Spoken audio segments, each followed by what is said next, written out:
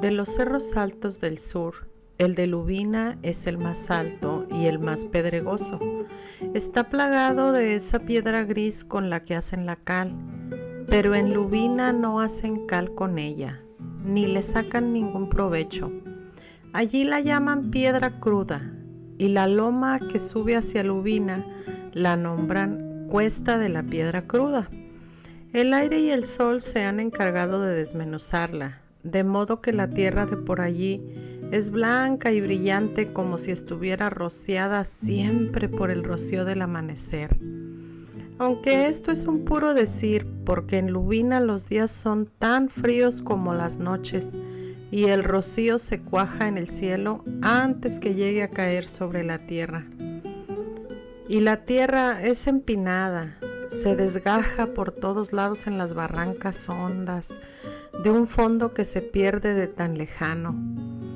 Dicen los de Lubina que de aquellas barrancas suben los sueños, pero yo lo único que vi subir fue el viento, entremolina como si allá abajo lo tuvieran encañonado en tubos de carrizo. Un viento que no deja crecer ni a las dulcamaras, esas plantitas tristes que apenas sí pueden vivir un poco untadas a la tierra, agarradas con todas sus manos al despeñadero de los montes. Solo a veces, allí donde hay un poco de sombra escondido entre las piedras, florece el chicalote con sus amapolas blancas. Pero el chicalote pronto se marchita, entonces uno lo oye rasguñando el aire con sus ramas espinosas, haciendo un ruido como el de un cuchillo sobre una piedra de afilar. Ya mirará usted, ese viento que sopla sobre Lubina es pardo. Dicen que porque arrastra arena del volcán, pero lo cierto es que es un aire negro, ya lo verá usted. Se planta en Lubina prendiéndose de las cosas como si las mordiera. Y sobran días en que se lleva el techo de las casas como si se llevara un sombrero de petate, dejando los paredones lisos, descobijados, luego rasca como si tuviera uñas. Uno lo oye mañana y tarde, hora tras hora, sin descanso, raspando las paredes, arrancando tecatas de tierra, escarbando con su pala picuda por debajo de las puertas, hasta sentirlo buir dentro de uno como si se pusiera a remover los goznes de nuestros mismos huesos. Ya lo verá usted. El hombre aquel que hablaba se quedó callado un rato, mirando hacia afuera. Hasta ellos llegaban el sonido del río pasando sus crecidas aguas por las ramas de los camichines, el rumor del aire moviendo suavemente las hojas de los almendros y los gritos de los niños jugando en el pequeño espacio iluminado por la luz que salía de la tienda. Los comejenes entraban y rebotaban contra la lámpara de petróleo, cayendo al suelo con las alas chamuscadas, y afuera seguía avanzando la noche. Oye, Camilo, mándanos otras 2 cervezas más, volvió a decir el hombre. Después añadió: otra cosa, señor, nunca verá usted un cielo azul en Lubina. Allí todo el horizonte está desteñido, nublado siempre por una mancha caliginosa que no se borra nunca. Todo el lomerío pelón, sin un árbol, sin una cosa verde para descansar los ojos, todo envuelto en el calín ceniciento.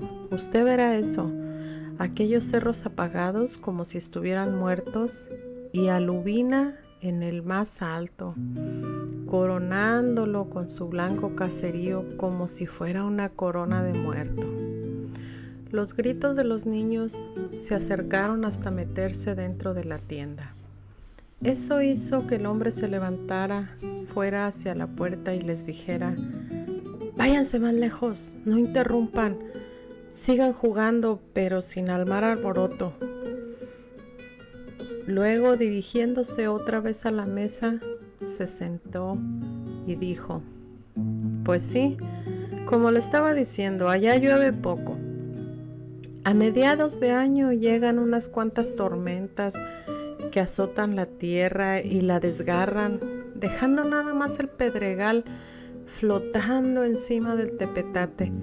Es bueno ver entonces cómo se arrastran las nubes, cómo andan de un cerro a otro dando tumbos como si fueran vejigas infladas, rebotando y pegando de truenos, igual que si quebraran en el filo de las barrancas.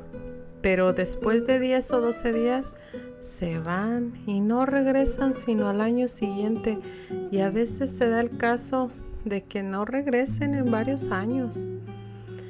Sí, llueve poco, tampoco o casi nada, tanto que la tierra, además de estar reseca y achicada como cuero viejo, se ha llenado de rajaduras y de esa cosa que ahí llaman pasojos de agua, que no son sino terrones endurecidos como piedras filosas que se clavan en los pies de uno al caminar, como si allí hasta la tierra le hubieran crecido espinas, como si así fuera.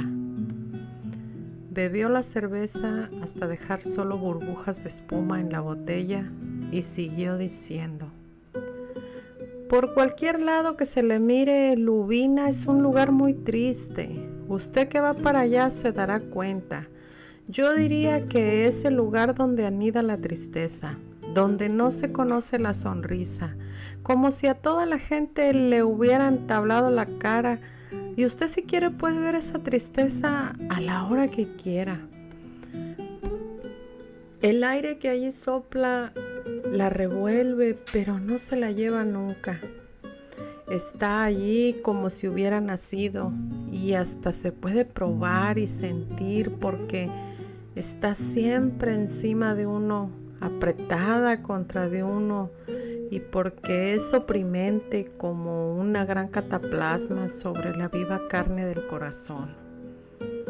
Dicen los de allí que cuando llena la luna, ven de bulto la figura del viento, recorriendo las calles de Lubina, llevando a rastras una cobija negra, pero yo siempre lo que llegué a ver cuando había luna en Lubina fue la imagen del desconsuelo. Siempre. Pero tómese su cerveza, veo que no le ha dado ni siquiera una probadita, tómesela, o tal vez no le gusta así tibia como está. Y es que aquí no hay de otra. Yo sé que así sabe mal, que agarra un sabor como a meados de burro.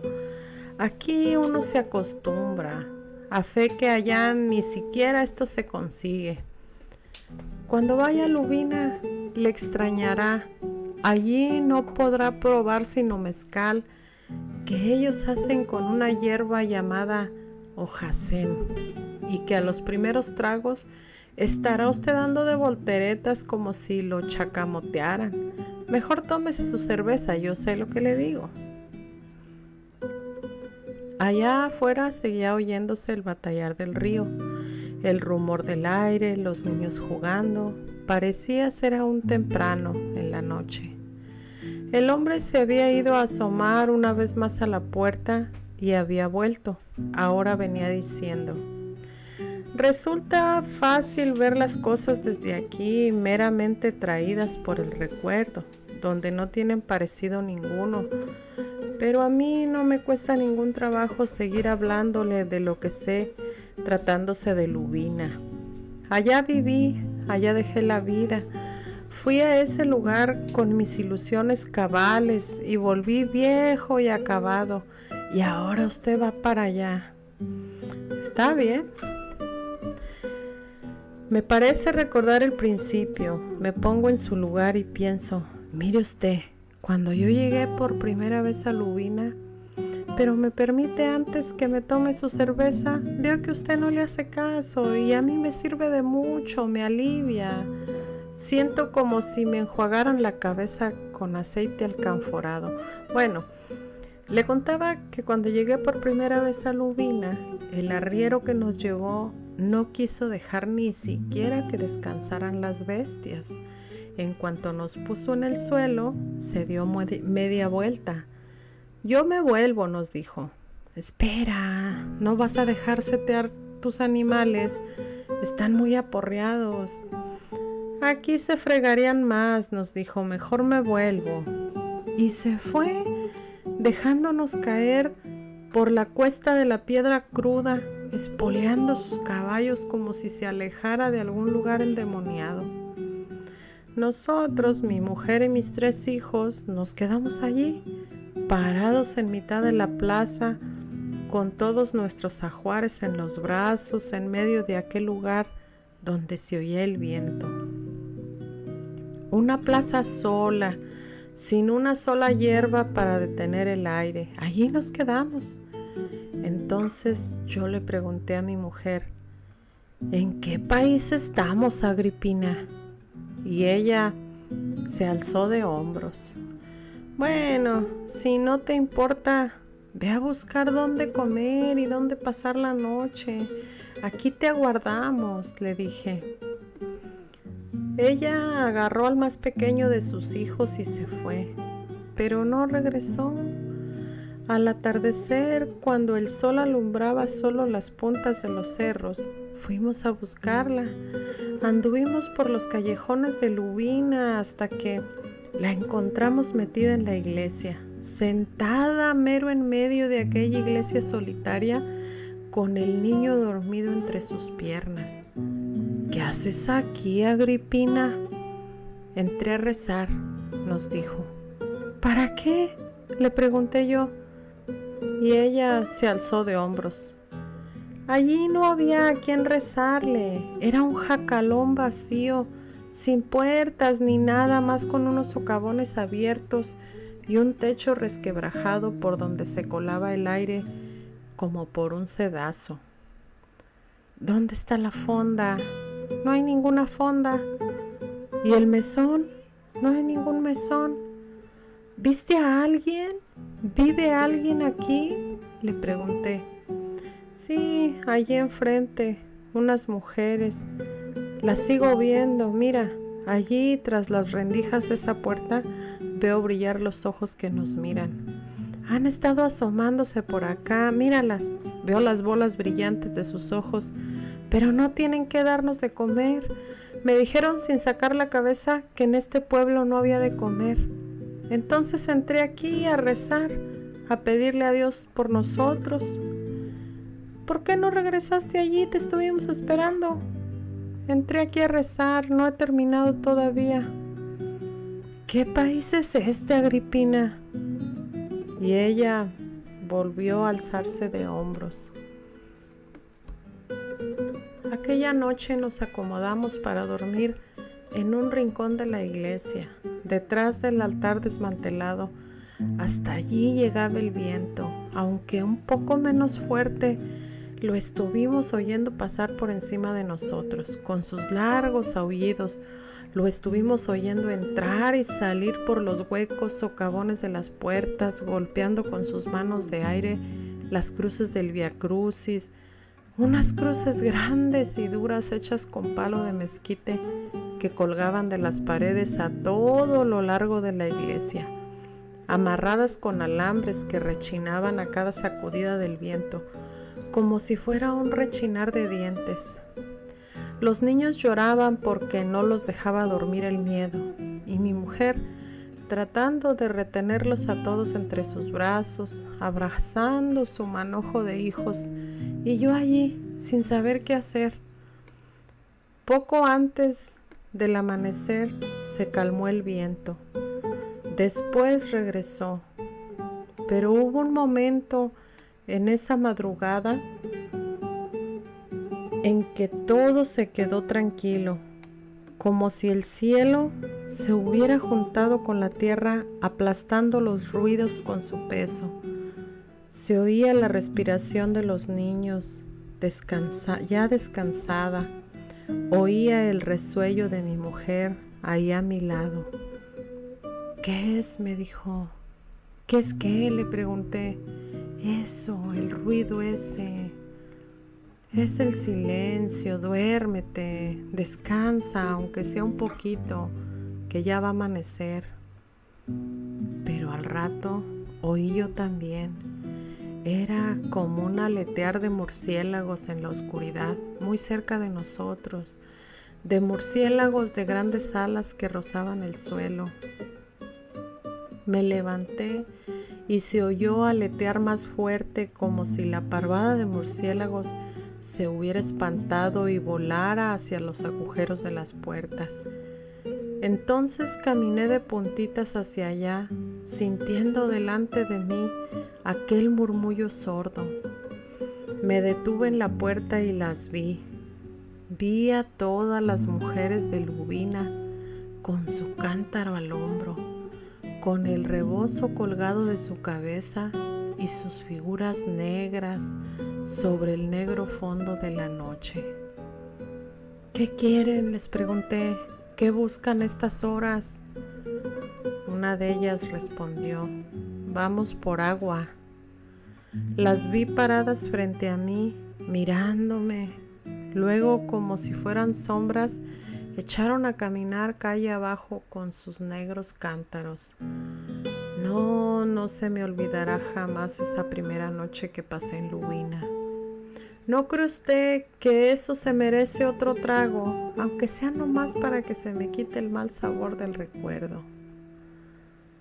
Me parece que usted me preguntó cuántos años estuvo en Lubina, ¿verdad? La verdad es que no lo sé. Perdí la noción del tiempo desde que las fiebres me lo enrevesaron, pero debió haber sido una eternidad, y es que allá el tiempo es muy largo. Nadie lleva la cuenta de las horas, ni a nadie le preocupa cómo van amontonándose los años. Los días comienzan y se acaban.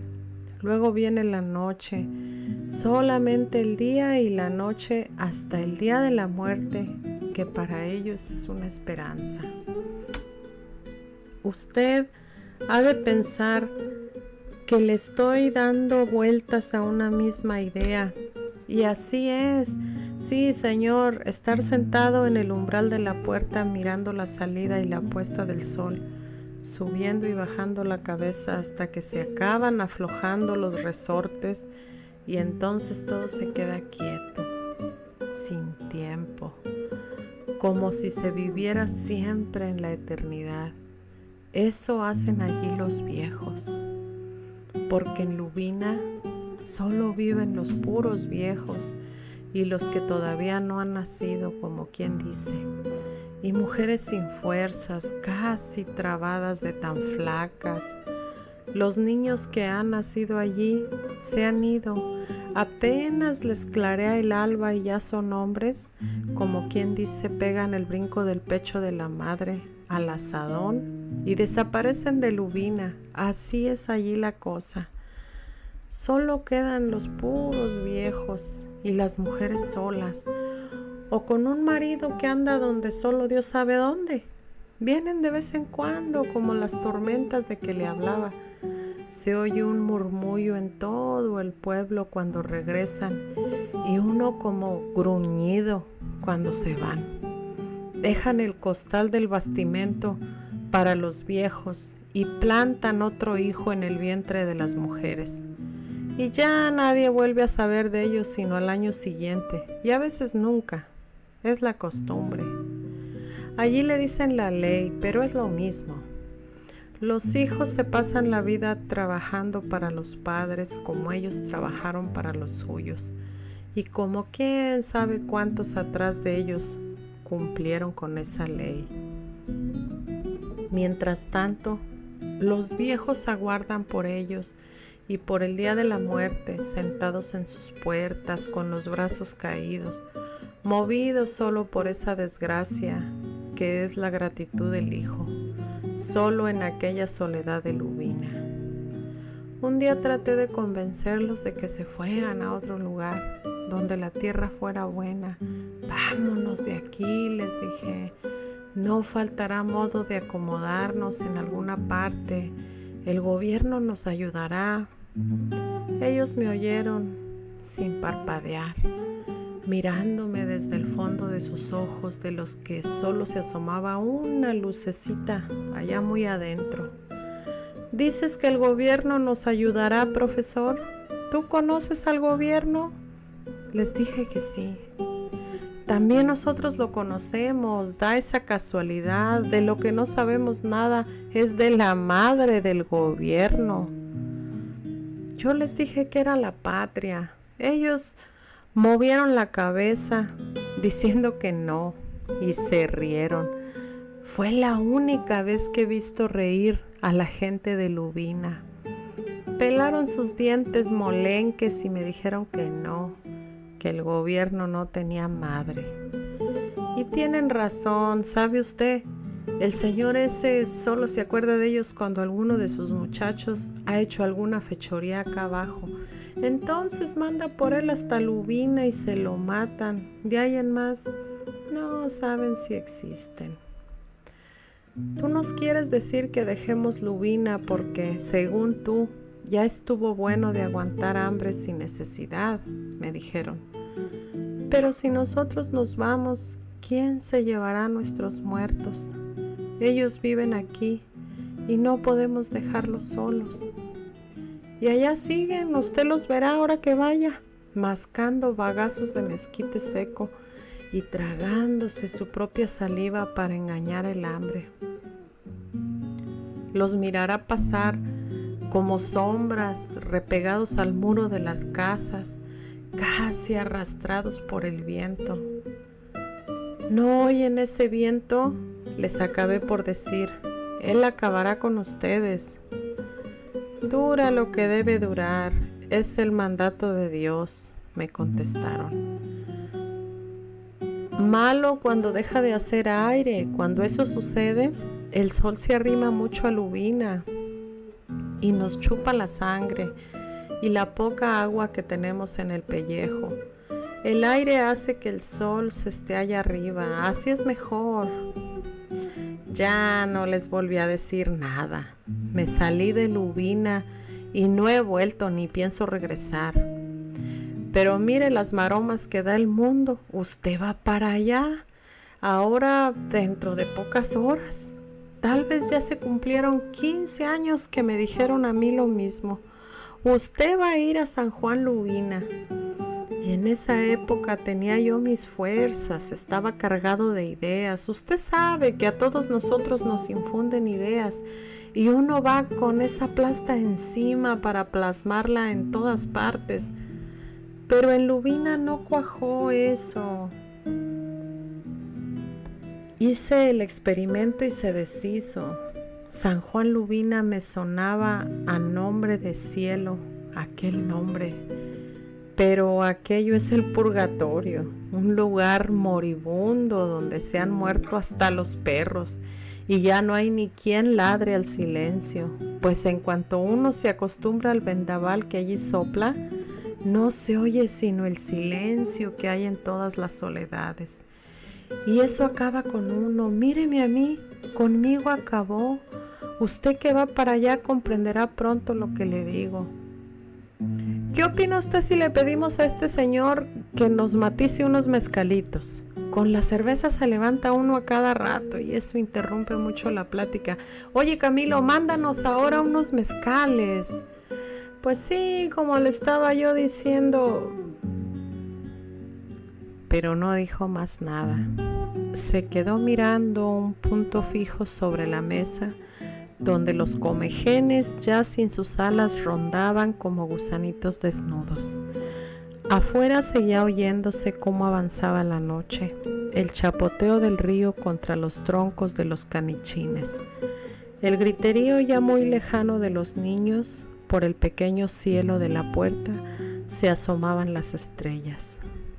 El hombre que miraba a los comejenes se recostó sobre la mesa y se quedó dormido.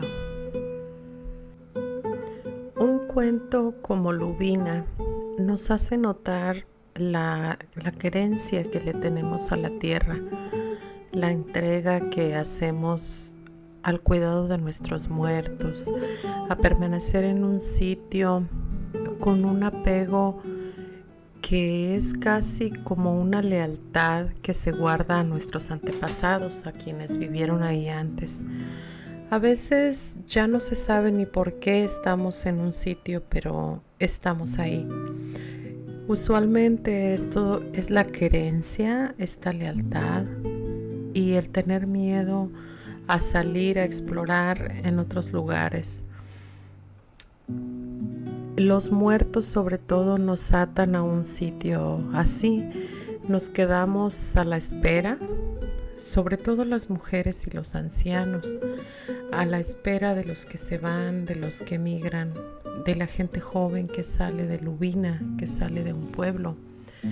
Y esta realidad yo la pude ver en el semidesierto zacatecano, en varias comunidades de Zacatecas que pude visitar por trabajo, donde encontraba familias de prácticamente una anciana, 2 mujeres que habitaban solas porque la mayoría de la familia migró. Sin embargo, ellas se quedaban en esa comunidad.